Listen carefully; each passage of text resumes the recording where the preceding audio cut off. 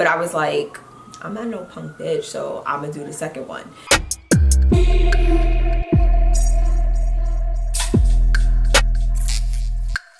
What's up, y'all? Welcome back to my channel. Today's video is gonna be a little fun.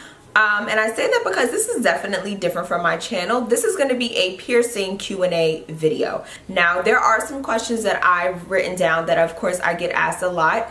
Of course, if there is anything else that's not discussed in this video, please leave it down below in the comment section so we can chat about it another time.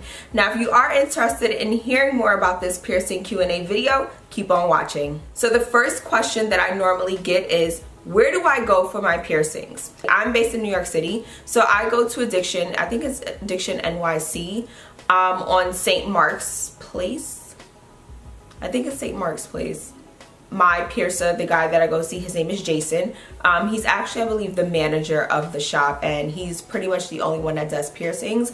I'm not 100% sure of his schedule, but I believe it's something like Wednesday to Sunday. Jason is at Addiction. Like I said, that is my go-to guy. We have a very tight relationship. I might actually share that story a little later, but we have a very tight relationship through piercing and body modification. So like I said, I go to Addiction NYC here in New York City on St. Mark's Place. How do I decide on a piercer?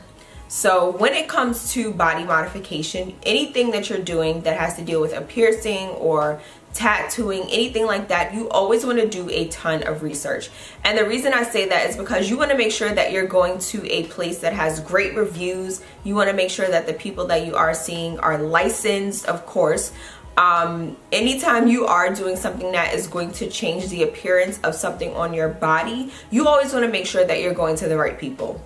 I feel like that's self-explanatory. I feel like that makes the most sense. It's common sense, or it should be common sense. But anytime you are doing anything like that, you want to make sure that you're going to a place that, like I said, has great reviews. The people are licensed to do that line of work. Because of course you don't want any issues to arise. Of course there are things that do happen once in a while. But you want to make sure that the people that you're dealing with, they know what they're talking about and they know what they're doing, to make sure that you have a very good piercing experience, but also a healing experience. And I feel like a lot of people tend to neglect that. But definitely make sure you do your research, read reviews. Also, if you have friends that are into body modification, ask them where they go, the exact person that they see, why they see that person, and things like that.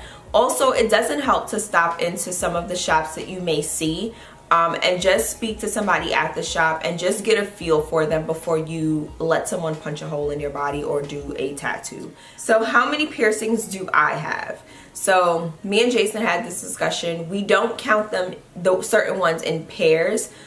He said each piercing counts as one, so each hole punch is one. So I'm going to count them up right now so you guys can see. So I have my normal lobes, so that's 2. Then on this side, I have 3 additional lobes, so that is 2, 3, 4, 5. I have 1 conch on this side, so that's 6. And I have my rook, that is 7. My nose would be 8. Then on this side, I have another conch, that is 9. And then I have the 3 here, that is 12. I have my nipples, so that is 13, 14. And my belly button makes 15. So Jason has done both conches. He did this 3rd lobe up here, and he did the 3 that I have here as well, and he did my nipples. That is how me and Jason became really good friends. So quick backstory, me and Jason became really good friends the time I went to get my nipples pierced. I kid you not, I was in there for maybe an hour and a half, almost 2 hours, because I was so scared. I was sitting in the chair ready to go, and he would get super close to do it, and I'd be like, no, like, I need a minute. Like, legit, we did that for maybe an hour, hour and a half, I kid you not.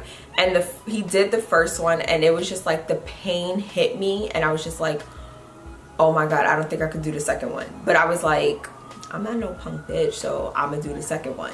But I legit had to take a breather, and I needed a few minutes in between. Like, the adrenaline is supposed to kick in, but I feel like my adrenaline never kicked in, and I was just shook the entire time. But that's a little backstory. That is how me and Jason became really good friends, and that is why he is my go-to guy. Jason is super patient, he's super precise.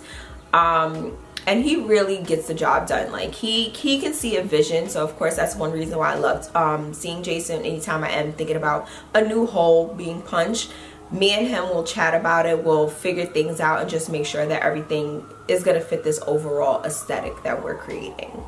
So pricing of course varies depending on where you go, but I will say my most expensive piercing was my nipples at I think $80 or something like that. But I'd rather pay the money, that kind of money, and for it to be done correctly versus paying a lower price and my nipple falls off later. So I feel like this is one of those things where you don't want to be cheap. Like you do not want, all right, New York City with the soundtrack in the back. But I feel like this is one of those things you do not want to cut corners with. There are certain things you just don't cut corners with. Your hair, especially haircuts and hair coloring, you do not cut corners. Your doctors, you do not cut corners. Body modification, so that is tattoos, piercings, anything like that. There are just certain things you just don't cut corners with.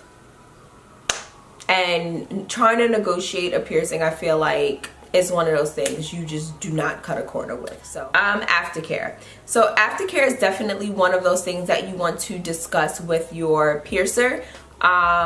But one thing I've picked up from Jason is that anytime I am getting a new hole punched, I use a saline solution, but I also use a non-fragrance, not alcohol-free antibacterial soap. But one thing Jason definitely did suggest for me was to grab the Dr. Bronner's, this is the Baby Unscented Pure Castile soap.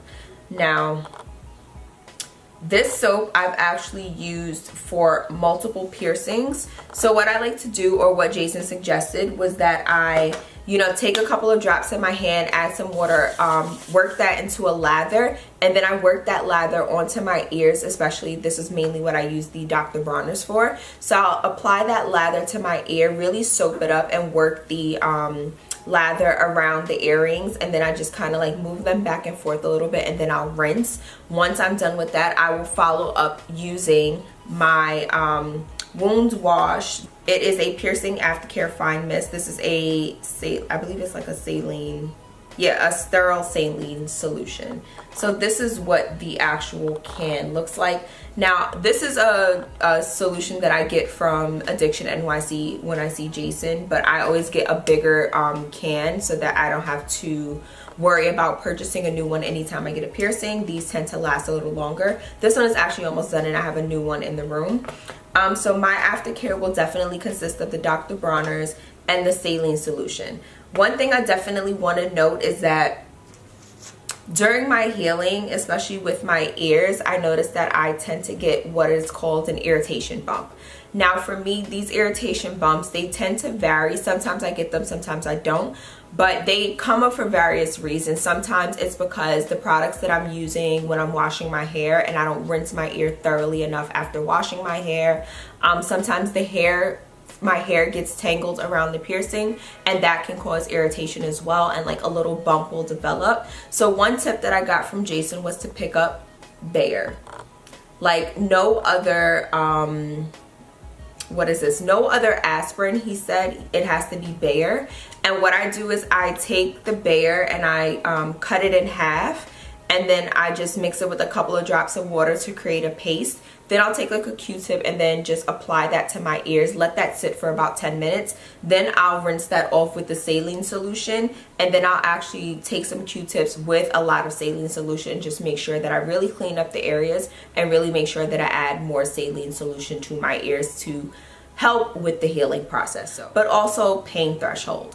So I do get asked what are, how is the pain? Can you describe the pain?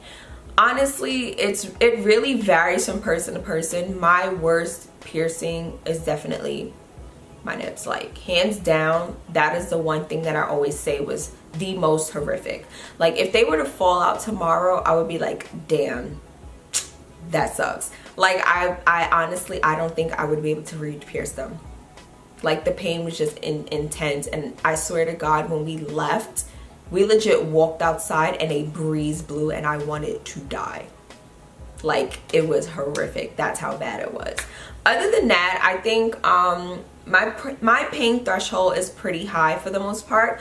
The only thing I do say about any of like the anything specific to cartilage for the most part, especially like the conch ones and like these up here, the sound is more disgusting than the actual pain. It sounds like crunching, it sounds like popping, it's the sound, in my opinion, just freaks me out a lot more than the actual pain. Like it's just a very nasty, loud popping sound, especially like my conches, because of where they're located. Like, the sound is just disgusting. Like, I could honestly probably re-pierce my conches. I can definitely do those again, but it's just the sound that freaks me out. And the top flat, it wasn't that bad. The sound was bad, but not like the bottom two and the conches. I kid you not, the sound just makes your skin crawl, and just thinking about it is just making my skin crawl right now. The sound is disgusting. But in terms of pain, I will say that these two flats here, those definitely hurt, and I actually did those on Instagram Live back in February. I'm not sure if you guys remember, but I did those on Instagram Live and they hurt like hell. But of course I sucked it up like a real G. That's what I do. My left conch was a breeze. It was super easy, no pain whatsoever. If I had to give it a pain scale, I would say between like a 4 and a 5 maybe. But my right conch was a bitch. Like, I would rate this one definitely like a 7, 8, 9. She hurt. I don't know what the difference was. Maybe it's because I lay on this ear more, or I have no idea, but the right side hurt so much worse than the actual left side. But I would definitely re-pierce my conches in a heartbeat. I just feel like they're so badass. They're really cute. I have like a little sparkle in my ear all the time. It's just amazing. I just love them. Like, I think piercings are so badass. And I feel like they really add to each person's unique identity, their unique aesthetic. I feel like it just gives you a little more oomph, a little edginess. So yeah, I think that might actually be all that I have for this piercing Q&A, only because I feel like these are the questions that I get asked a lot. Oh, some questions that I do get asked is like, how often can you re-pierce something? And to be honest, that's something that you would have to discuss with your piercer. And I say that because I'm quite sure there's a certain window of healing in between each piercing, and you don't want to you know, irritate your skin or even damage your skin. And I feel like that's another thing people don't speak enough of. Certain piercings, especially if you're doing something multiple times, can definitely create more scar tissue and can certainly damage your skin. So you definitely want to make sure that you are speaking to your piercer about this prior to the actual new piercing that you intend to get, just to be on the safe side. I always feel like there are just certain people you don't lie to: your doctors, your hairstylists, your piercer. I feel like those are just some of the people you just don't lie to, only because you don't want it to backfire on you later and you end up paying for it, basically. All right, y'all, so that's pretty much it for this video. I really hope that you all enjoyed something new for my channel for 2019. If you did enjoy this video, please give me a thumbs up so I know to include more content like this, just so you know we could keep things fresh, a new perspective. So yeah, don't forget to like, comment, and subscribe, and I'll see you guys in the next video.